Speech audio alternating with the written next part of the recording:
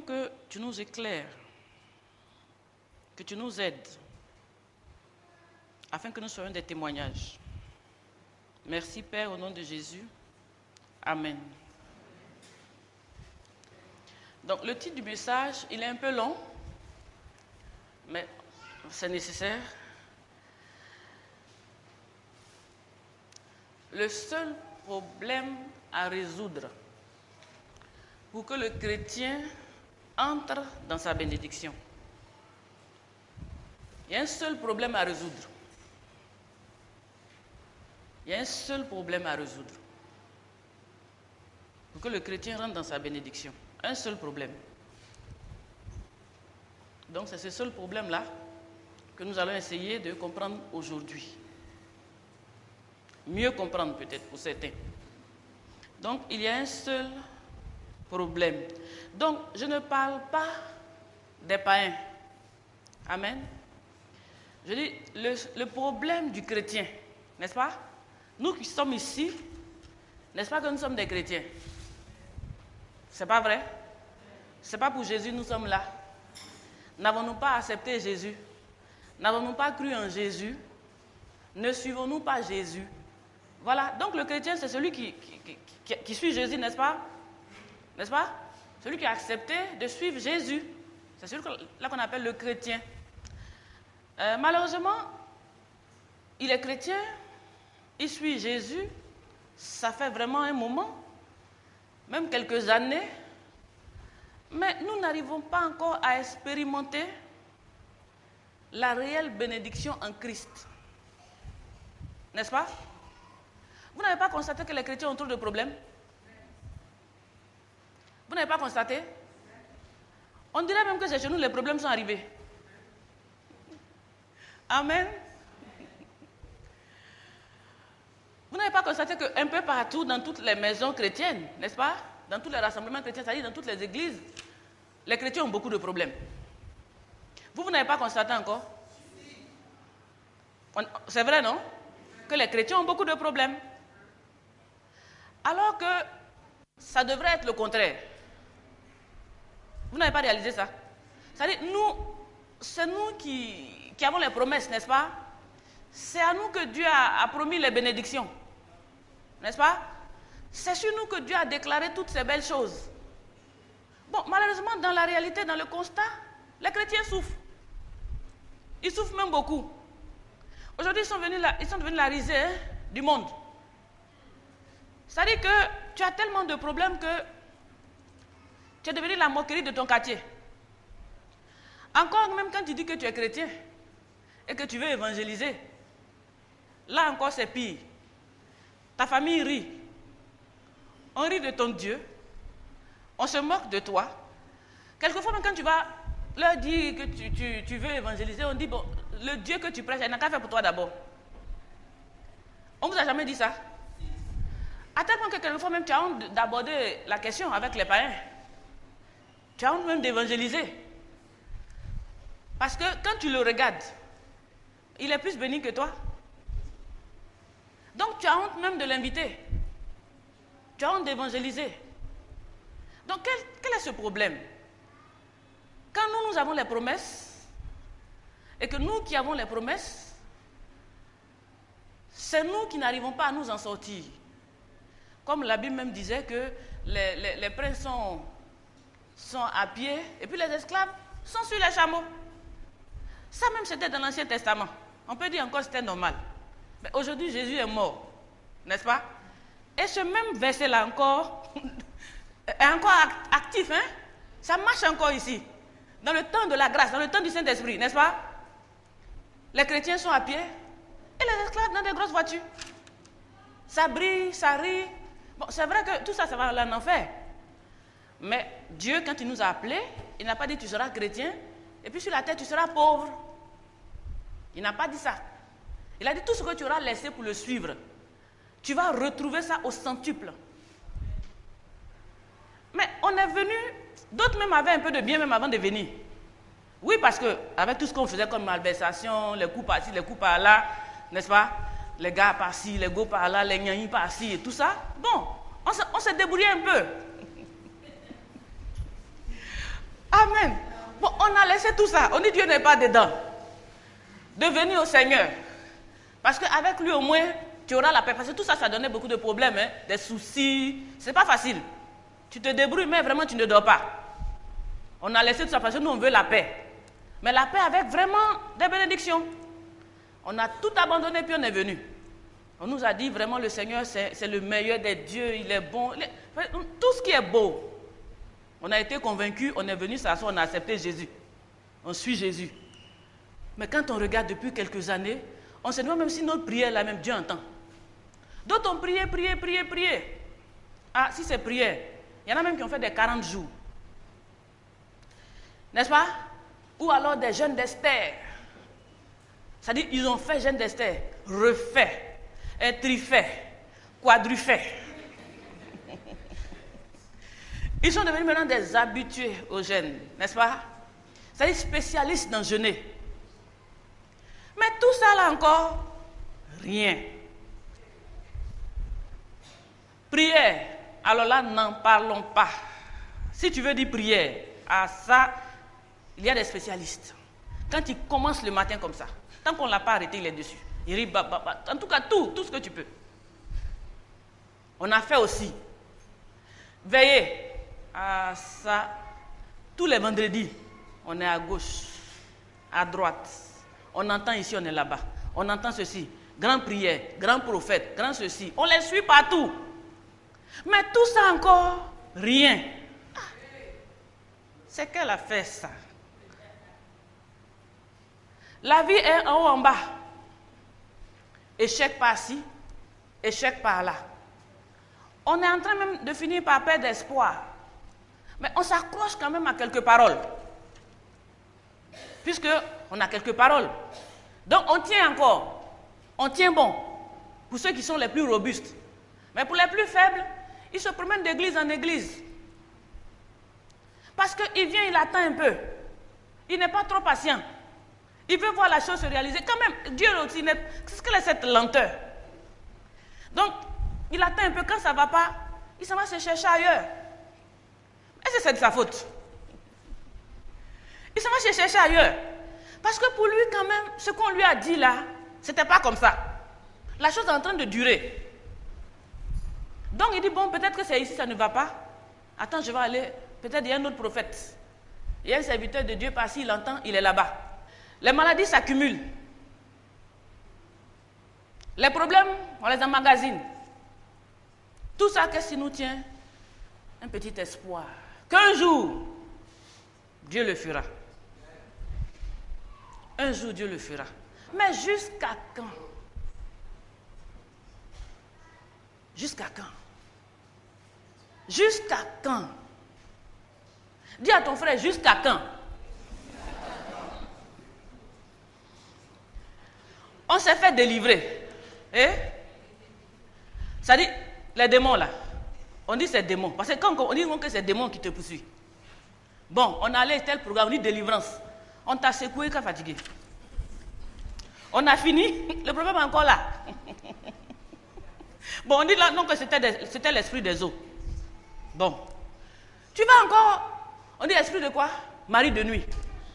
Tout ça là, on a chassé. Mais même problème là, il n'y a pas mariage.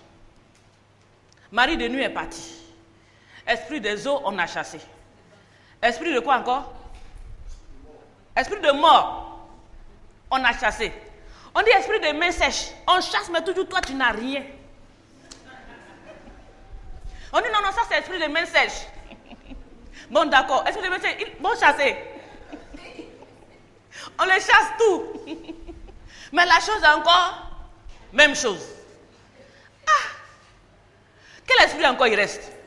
Esprit de célibat, esprit de sorcellerie, esprit... C'est-à-dire, tout genre d'esprit, on a tout créé pour te délivrer. Tout ça encore, rien. Ah. Écoute, cette affaire de chrétien là, je dis, c'est une affaire où il faut se poser des questions. Quand même, Dieu n'est pas aussi méchant parce qu'après 1 an de chrétienté quand même, n'est-ce pas? Bon, c'est vrai, peut-être tu viens d'arriver. Ok. Patienter. 1 mois est passé. Tu es fidèle. tu viens à l'église, n'est-ce pas? Tous les dimanches, du coup, tu es là. On dit prière, tu es dedans. On dit jeûne, tu es dedans. On dit étudier, tu es dedans. C'est pas tout le monde qui ne fait rien. Beaucoup font beaucoup. Celui qui ne fait rien, alors là, mais il y en a qui font. C'est-à-dire, ils font même tout même pour suivre les 10 commandements. Ils essaient vraiment de se conformer à la parole. Bon, malgré tout ça, là encore, rien.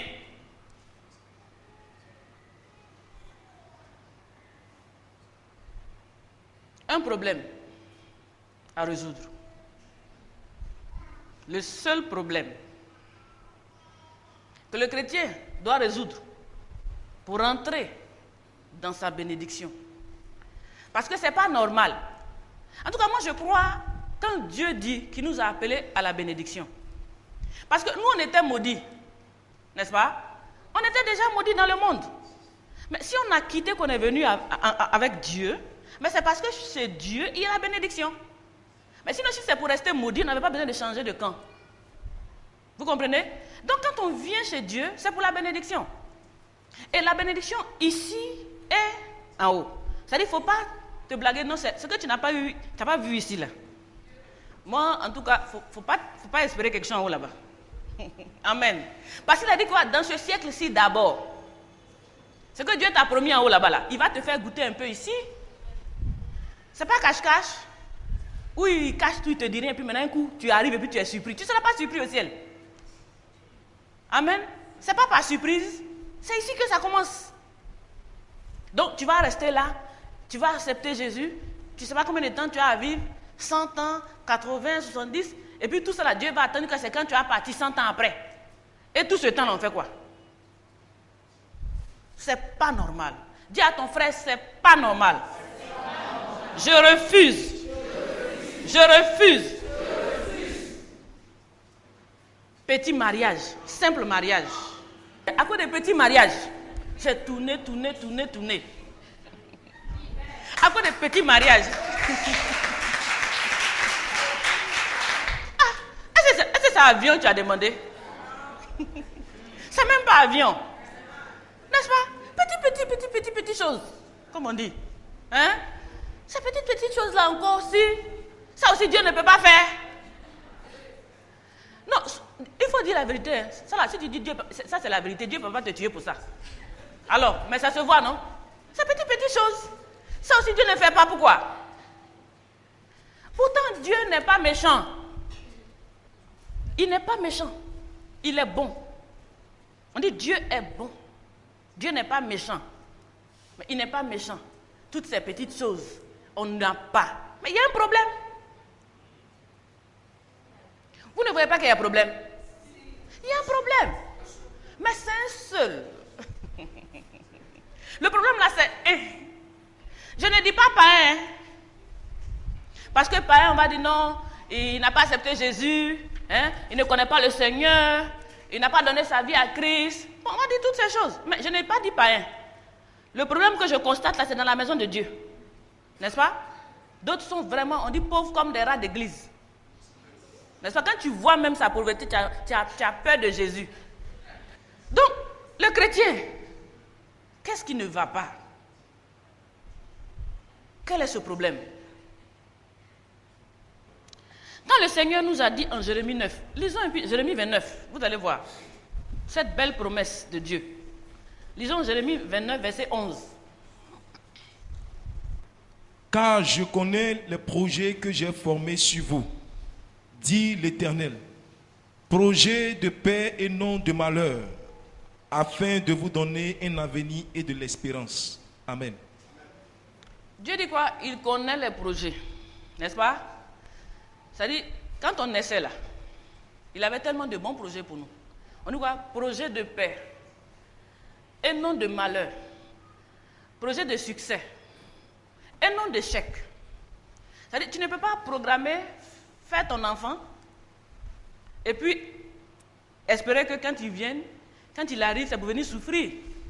Non. Quand tu veux faire un enfant là, c'est-à-dire, tu es tellement content de l'avoir que tu fais des grands projets. Mon enfant sera ceci, il sera cela, à tel point que tu mets de l'argent de côté pour le mettre à l'école, et quand tu en as vraiment, tu le mets dans les meilleures écoles, parce que tu veux qu'il devienne grand. Donc le Seigneur dit qu'il connaît des projets, les projets qu'il a formulés, c'est-à-dire avant ta naissance. Ce qu'il espérait pour toi, c'est des grandes choses, c'est des bonnes choses. Mais avec tout ça, mais qu'est-ce qui ne va pas? On a même prié même au nom de Jésus. Comment on va dire que c'est à cause au nom de Jésus que la prière ne s'est pas réalisée? Donc quand on fait la prière, on fait tout à la fin pour ajouter au nom de Jésus. Mais tout ça encore, rien. Amen. Un seul problème à résoudre pour que le chrétien entre dans sa bénédiction. Bon, selon vous, quel est ce problème? Selon moi, c'est le problème du péché. Amen. Amen. En fait, beaucoup abandonnent le péché ici. Hein? Est-ce que vous voyez que... Bon, non, il y a beaucoup de péchés là. Il y a beaucoup qui ont laissé tomber. Quand ils sont devenus chrétiens, ils étaient dans des affaires, quand on a dit qu'ils ont entendu, ils ont laissé. Je vous dis quoi? Ils font même tout pour pratiquer ce que Dieu dit. Donc, ce n'est pas tout le monde qui pêche dans l'église. Non. Ce n'est pas tout le monde. Certains ont abandonné. Un seul problème. Je parle des chrétiens. C'est-à-dire, les péchés, bon, le monde est dans ses péchés et tout, nous avons décidé, on est venu à l'église, on nous a prêché le péché et tout ça, on a dit bon, on abandonne et puis on est venu. N'est-ce pas? Mais les choses demeurent. On ne voit pas l'avancement. On ne va pas devant, on ne va pas derrière. Un seul problème, oui. Parce qu'ils n'ont pas la foi. Ils n'ont pas la foi. Franchement, quand vous regardez certains là, vous n'avez pas la foi. C'est à cause de la foi même qu'on est venu ce dimanche là écouter encore. C'est à cause de la foi qu'on a quitté, on a marché jusqu'on a pris le transport, on est venu encore dans cette maison là. C'est la foi. On s'est déplacé encore pour venir. Ça c'est la foi. C'est à cause de la foi. Bon, attends, cette fois là on va aller chercher où encore? Oui. Bon, moi je pense que c'est le pardon. Le pardon? On n'aime pas pardonner. Non, mais ça, c'est le cas particulier, peut-être. Peut-être que si tu n'as pas pardonné. Enfin, sinon, c'est pas tout le monde qui a problème avec quelqu'un. Amen. Non, mais c'est pas tout le monde qui a problème avec quelqu'un. N'est-ce pas? Oui. Un seul problème. Oui. Il faut avoir l'amour. L'amour. Gloire à Dieu. Bon. Ça, c'est un peu vaste, hein. C'est un peu vaste. C'est-à-dire pour canaliser cette affaire d'amour et puis être béni là, ça va être dur, hein. Sinon, chacun de nous, bon, on sait démontrer à son frère l'amour quand même. Si ça doit devenir un problème, ça, je ne pense pas qu'on va y arriver. Parce que comment mesurer, bon. Sinon là, vraiment, il y a de l'amour, on essaie quand même. Un seul problème majeur. C'est l'obéissance. L'obéissance. Mais on a déjà dit ici que ceux qui sont là, ils ont abandonné le péché, n'est-ce pas? Ils essaient, en tout cas, ils font ce qu'ils peuvent. Hein? Ils essaient de faire vraiment le maximum. Non, ce n'est pas tout le monde qui a décidé d'être désobéissant. Ils entendent et puis bon, ils veulent bien. Ils veulent bien. Donc, ce n'est pas la désobéissance. Oui. C'est parce que l'homme n'a pas la connaissance des projets de Dieu pour lui. Parce qu'il n'a pas cette connaissance et ne cherche pas aussi à connaître ça. C'est ce qui est le problème. Ok, d'accord. De toute façon, comme la Bible dit, mon peuple périt par manque de connaissance, bon, ça peut être l'un des problèmes.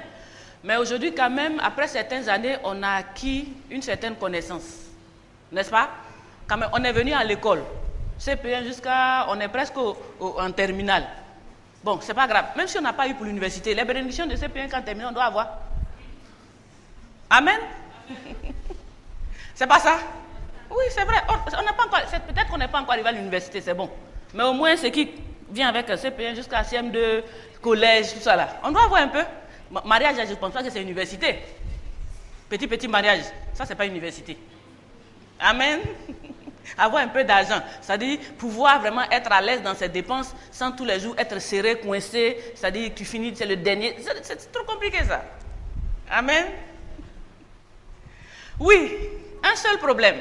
Oui, moi je crois que Le problème se trouve dans le livre de Jacques 4, à partir du verset 3, qui dit nous demandons, mais nous demandons, c'est parce que nous ne recevons pas. Nous ne recevons pas parce que nous demandons mal. Mal. Je pense que le problème vient de là. Ok. Bon, c'est pas mauvais, mais c'est pas tout le monde qui demande mal. Oui. Non, c'est pas tout le monde qui demande mal. Aujourd'hui, certains ont appris comment prier. N'est-ce pas? On nous a appris comment prier. On a même lu des livres, des grands livres, des grands serviteurs de Dieu. Comment prier efficacement. On a appris comment demander. Malgré tout, la chose statu quo. Donc ce n'est pas parce qu'on demande mal. Il y a autre chose. Un seul problème. Oui. Je prends la famille chrétienne en général, mais les évangéliques, les évangéliques, le milieu évangélique, le chrétien, il est avare. Ah. Non, le chrétien est beaucoup avare. Le chrétien n'aime pas s'aimer. N'est pas quoi? Il n'aime pas s'aimer. Il n'aime pas semer. Alors que la Bible dit que celui qui sème, il moissonne. Amen. Donc le chrétien doit apprendre à s'aimer, mais s'aimer dans la bonne terre. Il ne faut pas s'aimer là où il ne faut pas. Je vais dire par exemple, le chrétien n'aime pas partager. Dans la maison de Dieu, il peut y avoir des frères qui viennent à l'église, qui ont peut-être une seule chemise, des mamans qui ont une seule pagne.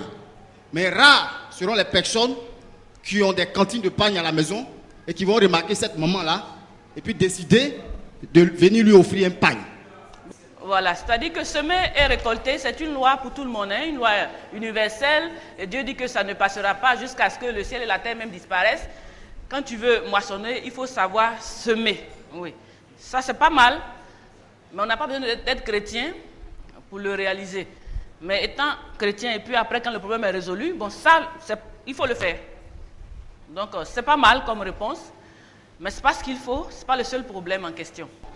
On cherche toujours à comprendre le problème.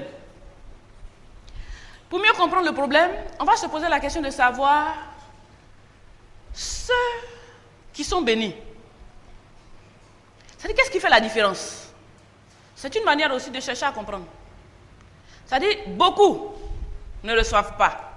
Beaucoup n'arrivent pas à rentrer dans la bénédiction effective. Beaucoup continuent de rechercher. Bon, mais certainement qu'il y a quelques-uns. C'est quelques-uns que vous pouvez identifier comme des hommes. Franchement, vous êtes convaincus vraiment que Dieu est avec eux. Dieu les bénit. La bénédiction, ce n'est pas forcément avoir beaucoup d'argent. N'est-ce pas? Ce n'est pas forcément l'argent.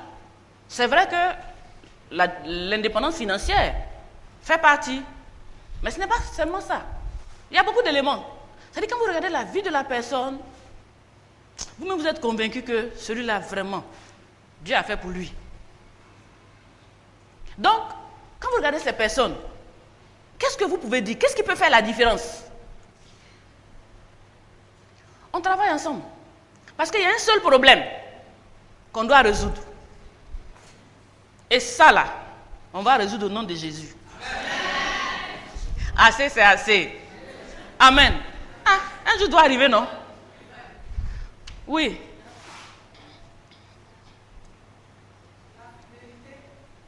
La fidélité, hein? Donc ceux-là, oui. Bon, qu'est-ce que tu veux dire par la fidélité?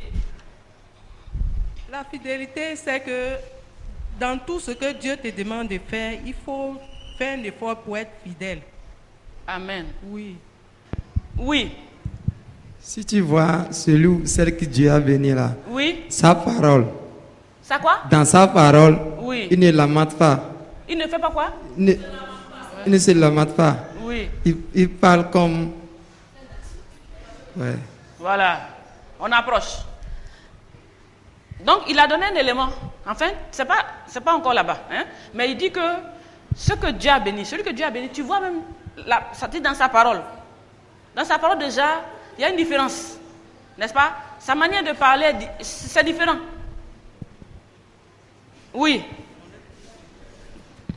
Il est affecté par quelque chose qui a changé sa bouche. Oui. Je te donne un élément. Oui, on y va. Celui qui est béni, il a l'assurance dans tout ce qu'il fait. Amen. Parce qu'il sait que son derrière est soudé. Claire. Amen. On approche de la bonne réponse. L'autre a dit quoi? Sa parole est changée. Un autre a dit quoi? Il a l'assurance parce qu'il sait qui est derrière. N'est-ce pas? Ceux qui sont bénis là, sa parole a changé. Et puis il a une assurance. Parce qu'on dit quoi? Il sait en qui il a cru. Il sait qui est derrière lui. Donc l'assurance. Quelques caractéristiques de ceux qui sont bénis, effectivement. Une assurance. Donc on approche. On va finir par trouver la réponse. Oui. Celui qui est béni a toujours la paix. Il est joyeux. Amen. Gloire à Jésus. On approche de la réponse. Parole transformée. Assurance. Paix et joie. On est déjà dans la réponse. Réfléchissez juste un peu, vous allez voir. Ça est là, tout près. Comme nous l'avons dit, il a l'assurance. Amen. Il a la joie, il a la paix et autres. Amen. Mais je voudrais dire que celui qui est béni, il vit. Il vit comme la Bible nous dit que si je vis, ce n'est plus moi qui vis, mais c'est Jésus qui vit en moi. Donc moi je dis qu'il vit. Il vit sa vie. Je vais un peu aider. Il dit quoi? Si je vis, c'est vrai qu'il vit. Mais si je vis, ce n'est plus moi qui vis, mais c'est Christ qui vit en moi. Donc, ce n'est pas il vit qui est important. Il vit comment? Comment il arrive à vivre cette vie qu'il vit? C'est ça que tu dois te demander. Sinon, c'est vrai qu'il vit. Mais comment il vit? Il dit, si je vis. N'est-ce pas? Donc, la réponse est un peu plus loin. Oui. Ce n'est pas parce qu'il vit. Il y a quelque chose qui le fait vivre. Bon, on va y aller. Prenons les hommes de l'Ancien Testament, même du Nouveau Testament.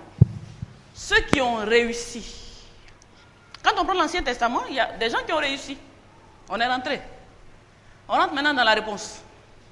Depuis l'Ancien Testament jusqu'au Nouveau Testament, on a beaucoup de personnes qui ont réussi. Selon vous, qu'est-ce qui leur a permis de réussir?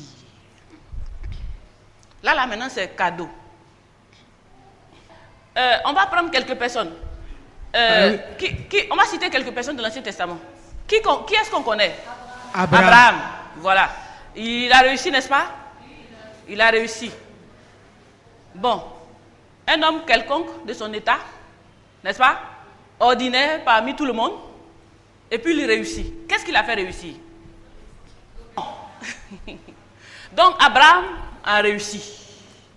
David a réussi. Samson a réussi. N'est-ce pas? Qu'est-ce qui a fait réussir ces hommes? On revient à Jésus a réussi. Paul a réussi. Pierre a réussi. Qu'est-ce qui a fait réussir ces hommes? Une seule chose.